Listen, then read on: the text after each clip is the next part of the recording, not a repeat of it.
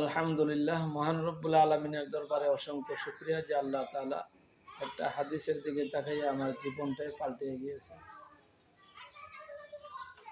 হযরতে আব্দুল্লাহ ইবনে ওমর রাদিয়াল্লাহু তাআলা আনহু বলেন, যে হাদিস বুখারী শরীফের ভিতরে বর্ণিত হয়েছে এবং মাআরিফুল হাদিসের 761 নম্বর হাদিসে আল্লাহ পাকের নবী ইরশাদ করেন, عن عبد الله بن عمر رضي الله تعالى عنه قال أخذ رسول الله صلى الله عليه وسلم بمنكبي।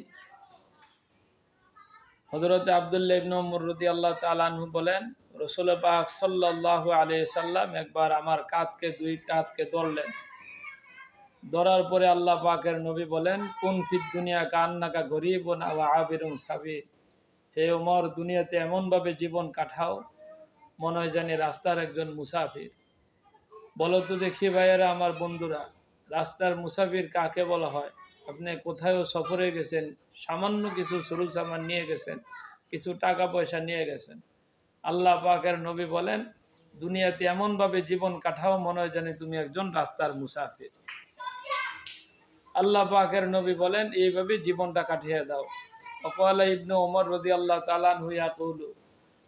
এরপরে হযরত ইবনে ওমর রাদিয়াল্লাহু তাআলা আনহু বলেন, আল্লাহ পাকের নবীর সাহাবী, বিশ্ববিখ্যাত সাহাবী ইবনে ওমর রাদিয়াল্লাহু তাআলা আনহু বলেন, ইজা আমসাইতা ফালা তানতাযিরু সুবাহা।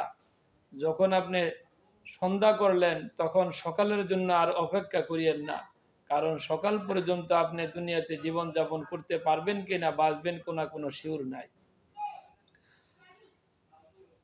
হযরত ওমর রাদিয়াল্লাহু তাআলা আনহু আরো বলেন, ওয়াইজা আসবাহতা ফালা তানতাযিরুল মাসা।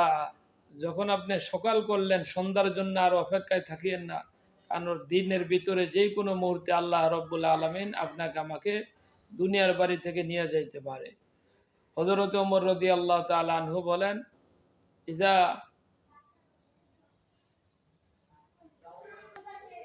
হযরত ওমর রাদিয়াল্লাহু তাআলা আনহু বলেন, খুয মিন সিহাতিকা লিমারদিকা। সুস্থ থাকাকে কদর করো, সম্মান করো, মর্যাদা দাও অসুস্থ হওয়ার আগে আগে, কারণ যে কোনো মুহূর্তে মহান রব্বুল আলামিন চাইলে আমি অসুস্থ হয়ে যাইতে পারি। ওমর রাদিয়াল্লাহু তাআলা আনহু বলেন, অমিন হায়াতিকা লিমাউতিকা। মৃত্যু আসার আগে আগে হায়াতটাকে আপনি কদর করেন, সম্মান করেন, মর্যাদা দেন, অর্থাৎ আল্লাহ পাকের ইবাদত বন্দেগী কাটাইয়া আল্লাহর কাছে তওবা করে মাপ চেয়ে নিজে পরিশুদ্ধ হয়ে যান, কারণ যে কোনো মুহূর্তে আপনার মৃত্যু আসিয়া যাইতে পারে। অসংখ্য অগণিত ভাইয়েরা গাড়ি ঘোড়া অ্যাক্সিডেন্ট হচ্ছে, পানিতে ডুবিয়া মারা যাচ্ছে, আগুনে পুড়িয়া মারা যায়, অনেক বিপদ আপদ মুসিবতে পড়িয়া মারা যায়, টোক করিয়া মারা যায়, প্রেসারে উদু দিয়ে মারা যায়, মানুষ বিভিন্নভাবে মারা যায়। এই জন্য মৃত্যু কোন সময় আসে বলা যায় না।